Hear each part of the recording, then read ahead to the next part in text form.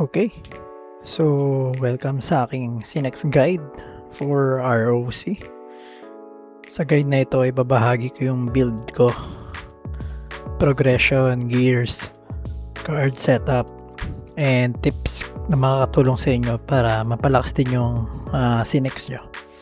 Okay, so bago tayo magsimula, gusto ko muna magbigay ng quick background tungkol sa aking account. So, hindi ako isang heavy spender or whale player. Regular gastos ko lang dito is 2 to 4 bounty passes per week. So aside from that, karamihan ng progression ko is galing sa tamang resource management, daily activities, and maingat na pagpapalakas ng character. Okay, so kung isa kang F2P or light spender na naghahanap ng realistic na Sinex guide, para sa itong guide na to. Okay, so let's start. So let's go first. Okay, so basic. Want to show you my power. So right now it is around 304,000 using my PvP gears, PvP cards. Okay, so as you can see, my PvP stats. 94 strength. This is divisible by 10.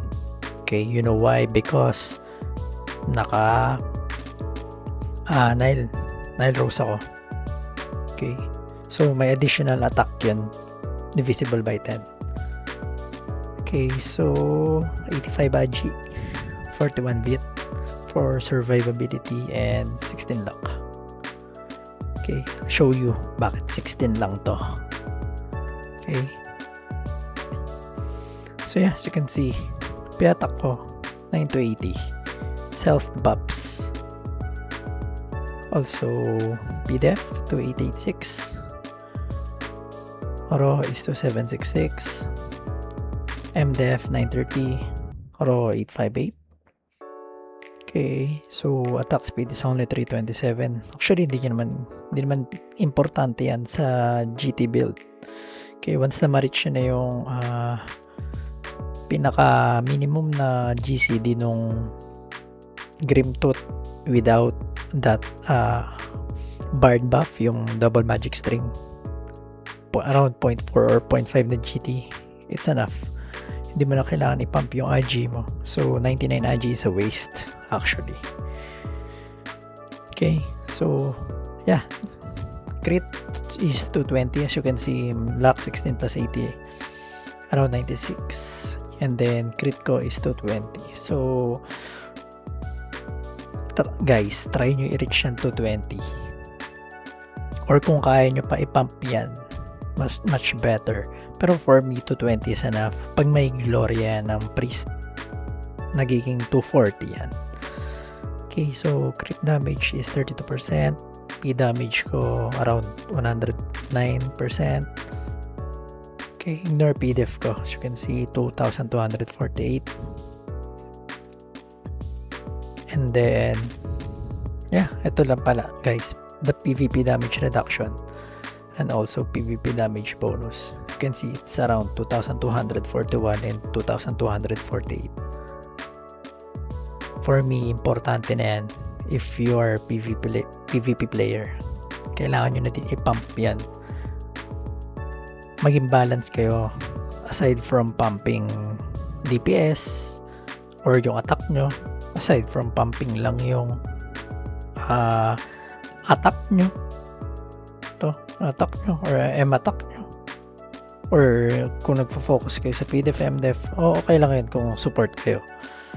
Pero kung DPS kayo, kailangan nyo din i-pump ito kasi sobrang lambot nyo or negative kayo. So you can see, kunyari PvP damage bonus nyo, kunyari kalaban nyo ako, and then PvP damage bonus nyo is around 1.5. Okay, so pag kinlik nyo yan, so pasok kayo dito sa plus minus 600. So alam yan, mawawalan kayo ng 6% na damage, or mas malakas yung damage niya sa inyo. So malaking bagay yan guys. And then, as you can see, PvP damage reduction is 73.61%. Okay, so based on this, nakikita nyo na siguro hindi ako ganun kabilis mamatay siguro.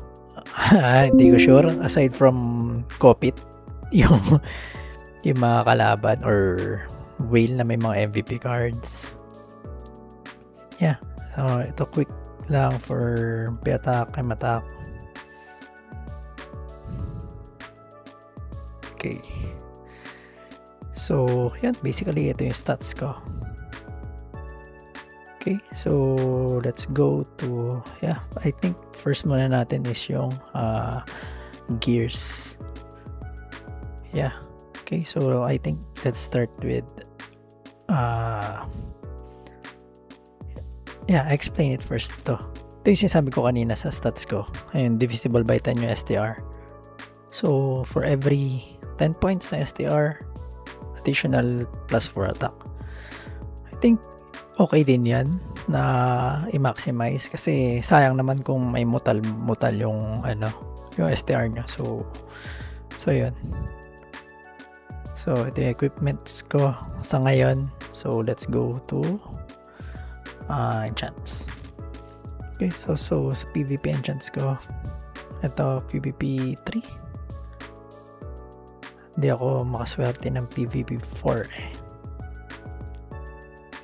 PDF, for me, ito as Assassin Cross kailangan ko nito, lalo na pagkalaban ko is yung pali. Minsan hindi naman nila ako kaya i-one hit eh, pero may mga nakikita ko sinex 1 to 2 hits nila, diba? Parang wala eh, ang lakas ng pali. So kailangan mong magdagdag ng survivability. And then for this armor lock sa mouthwear, lock lang din. Weapon is superior crit. Actually nakikita nyo may agi to. Technically hindi na kailangan na agi nito. Tinatamad lang akong palitan to kasi magastos to yung minsan di kasi ako sinaswerte dito. So saka na siguro kasi ipapump ko rin to eh. Maghahanap ako ng 7. So tatry ko na sa super crit 7. Also sa cloak, bit boost, as I mentioned earlier, survivability. Depends on you kung gusto nyo bit or luck. I-adjust nyo lang naman yung luck nyo late sa stats nyo eh. Basta makuha nyo lang yung 220 crit, okay na yun. Then P damage yan, luck and max HP, pero pwede nyo din itong gamitin bit. And then sa accessory, crit 5, crit 7, then PvP. Okay, so let's go to cards. I'm gonna show you this one first, the album ko. As you can see, I have different presets of cards, pero usually ito lang ginagamit ko for PvP. So may against Doram, tapos kung kailangan ko suotin yung dalawang Hydra, and pag maraming Master Smith kailangan ko nito, and then ito pag may Paddy. Okay, and then yung others are for PV content na lang. Okay, so ito ang cards ko. Let's start with my weapon. So Hydra Scale, basic yan. Tapos third card, pwedeng size, or kung may race ka, mas pwede. Okay, so double race, Hydra Skull Worker. Okay, pero mostly ito ang gamit ko kasi madami pa rin pali. Hindi lang tayo sinuwerte sa Prio card. Malas lang. And then White Wing, nga pala naka White Wing setup ako. For armor, Cornutus, and then Buffo. Later on pag may GH na kailangan to palitan ng Redrick parehas. And then adjust na lang ulit sa build Kasi may crit to eh. Basta i-aim nyo lagi crit to 20. So para hindi kayo mag-crit, kailangan ang kalaban nyo around 140 to 150 crit res or more. Diba? So kailangan nila i-pump yung crit res nila. So kunyari hindi ka na nag-crit, may nakalaban ka. So kailangan mo na i-pump yung luck mo. Kailangan mo i-increase yung luck mo. Tapos ma-increase din technically yung crit mo. From 220 gawin mo 230. So yun. And then card ko sa boots, yeah, basic Moonlight Flower and then Mateer. I use Mateer instead of Illusion Moonlight kasi sa P damage reduction malaking tulong din to para hindi ka ganun kalambot. Okay. And then Swift Mantis and Mantis and Kobold and Horong. Yeah, meron pa rin ako isang Kobold kasi may strength plus 2 pa rin siya, tas yung crit plus 4 niya and P damage. Pero kung di mo na kailangan ng crit, pwede ka mag 3 Swift Mantis and Horong. Kung may Maya purple ka naman, pwede naman puro Swift Mantis yan. Yeah, P damage is the key. P damage. And then sa headgear, Cramp and Deverucci. Pero pwede nyo itong palitan ng Gaia Earth. Why Gaia Earth? Kasi anti-fear. And also, yung Gaia Earth, meron din siya nito P damage, magic damage reduction. Okay. So, face wear. I think lahat naman naka Goblin Puppet na. So, ayun. Damage burst medium. Dito sa mouth, actually, ito muna ang ginamit ko kasi mas pinariority ko yung Drake tsaka yung Baphomet instead of nung Doppel. Kasi yung Doppel, damage reduct versus ano yun eh, medium. Eh, mostly ang kalaban sa GVG and PvP is Pali, Doram. Diba? So, ayan. Ito yung sinasabi ko sa inyo. Yan. Drake Puppet. Yeah, 1 star na siya. As you can see, 8% plus 3%, 11% na yung P damage reduct ko. Same siya. Okay. Also, yeah, this one. Baphomet. PvP damage bonus and PvP damage reduct. Okay. So, ito yung card ko. I'll show you. Ito yung mga other cards ko. As you can see, kompleto yan for PvE and also PvP. Yeah. Okay. So, next is, yeah, Steel Gears. Yeah, I'll show you my Divine Armament. Yeah, I'm using Blade of Vasu. And here are my stats. P attack, strength, ignore, PDF, and PvP damage bonus. I think, ano to, default to for Sinex. Or pwede mo palitan yung P attack ng crit if gusto mo. Or HP for survivability, diba? Tapos, sa armors, yeah, MDef, PDef, and PvP damage reduction. Yung third one, yung VIT, ito pwede nyo nang kung ano gusto nyo makuha. Bahala na kayo. Same lang siya dito. Sa cloak. And also for boots. Okay, so hindi pa ako siniswerte ng red dito eh. Okay, so okay, so let's go to mount. Yeah, mount ko level 46 na. Traits. Yeah, sa traits ang importante naman dito, mapump mo muna yung brave tsaka charisma. Siguro until 900 or 1000 and then you can use ito na, advance. Kasi nung una, nag-a-advance ako eh. Medyo mabagal. So, mas maganda na ito muna gamitin nyo, Wild Wiki. i-pump nyo tong Brave and Charisma.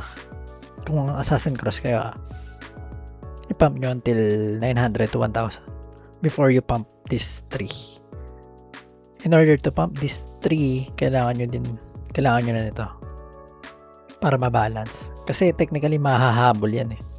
For example, ito, umabot na 1K, 1K. So ito around 400, 500 na rin to. I think importante pa rin yan. Tingnan nyo to. P damage reduct, M damage reduct, and max HP. Kailangan nyo pa rin yan. Total na, sa mid game na tayo eh. Okay, in-equip ko. Dex 49, Sturdy 49, Protector 49, Strength 29. Okay. So, next ko ito. Papa level 50 ko na to. Wala eh, kapos eh. Unitin lang ko. Pero, ito na next. Dex. Priority to. Dex. Okay. So, yeah. Mount ko. Ito lang. Diba? Poor. Very poor account. Okay. Next is pet. Yes, you can see sa pet ko. I still use Bafo for PvP GVGs. Yeah, kailangan nyo ng breeder, ng crystal, ng amp. Okay, so Child of Earth level 7. Why? Because of this. After your pet switch and activated, you gain an additional 20% more P damage, M damage for 10 seconds. Imagine nasa stuck ka, tapos namatay ka, tapos mabubuhay ka. Diba? May additional 20% yan pag sinaman mo ulit yung pet mo. Diba? Pag namatay yung pet mo, saman mo lang ulit. And then level 5 dahil dito sa damage boost. And then ito, hindi ko pa ito napapa-level up eh. Kung more on PvE ka talaga, pwede ito. Dr. Owl. Mulan din to. Kasi gumagana yan sa MVPs. Okay. Then, to, pwede rin to. Pero, hindi priority. Kasi hindi mo naman ganun kailangan na attack speed sa GT, na Sinex. Okay, so next is, I'll show you my feathers.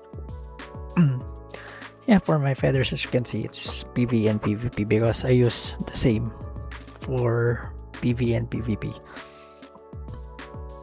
It's a balance, and I use all Raven's R. As you can see, tier 12 na to. And then, yeah, I use Valor, Daytime, Space, and Sky. For defense, I use Soul, Night, Divine, Light, and Dark. Before I use Nature and Divine, and then I remove the Dark. But the downside is mas mababa yung ano ko, damage bonus. Or depende kung ano pala gusto mo, kung light ka or dark. Kung ano mas mababa sa damage. Yeah, tama. Exactly. Damage bonus siya. Kasi parehas siya may damage bonus eh, tsaka damage reduction eh. So, bababa yung damage bonus and damage reduction mo. So, mamimili ka na lang kung ano mas priority mo, light and dark. Kung maglalagay ka dito na nature. Which is, for me, ginawa ko na to dati. Kasi, yun nga yung iba, priority talaga yung mataas, PDEF, MDEF. Pero sa akin, more on balance eh. Kailangan ko pa rin ng damage bonus and damage reduction. Yeah, okay, as you can see, same lang yan. Wala namang iba. Pa-level up lang natin yan. Yeah, you can make use this as a guide if you want.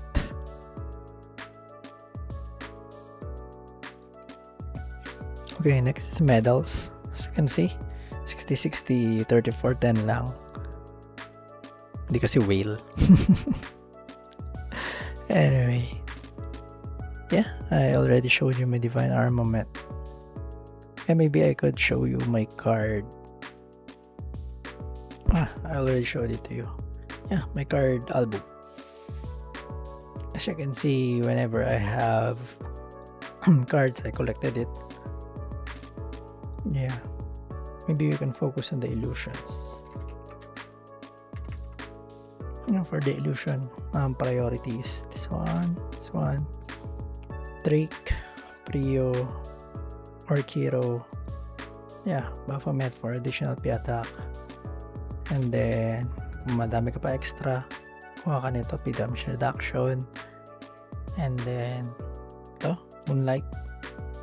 Kuha ka din ito, magic damage reduction. Max HP. Lahat yan kunin mo, aside from magic. Pero pwede mo naman siyang ilipat later kung gusto mo maging magic class. I-dismantle mo, take out mo na to, dismantle mo yan. Take out, dismantle. Tapos pag na-dismantle mo yan, magiging ganda yan. Card shop. Yeah. Magiging 600 na ganito. Yan, 600 na illusion card fragment. Then, bilhin mo lang to. Pag binili mo to, magkaka 2.5 ka ulit na ganito. Yan, 2.5. Pag nagka 2.5 ka, bilhin mo na yung magic class. And then, deposit mo. Yeah, ganun lang yun. So, yun. Wala na akong share. Maybe, yeah, roll lang naman to. Kayo na bahala. Kasi, wala naman akong ibang mapapakita na sa inyo kundi ito lang. Wala akong tinatago. Gayahin nyo na lang kung gusto nyo. Goodbye.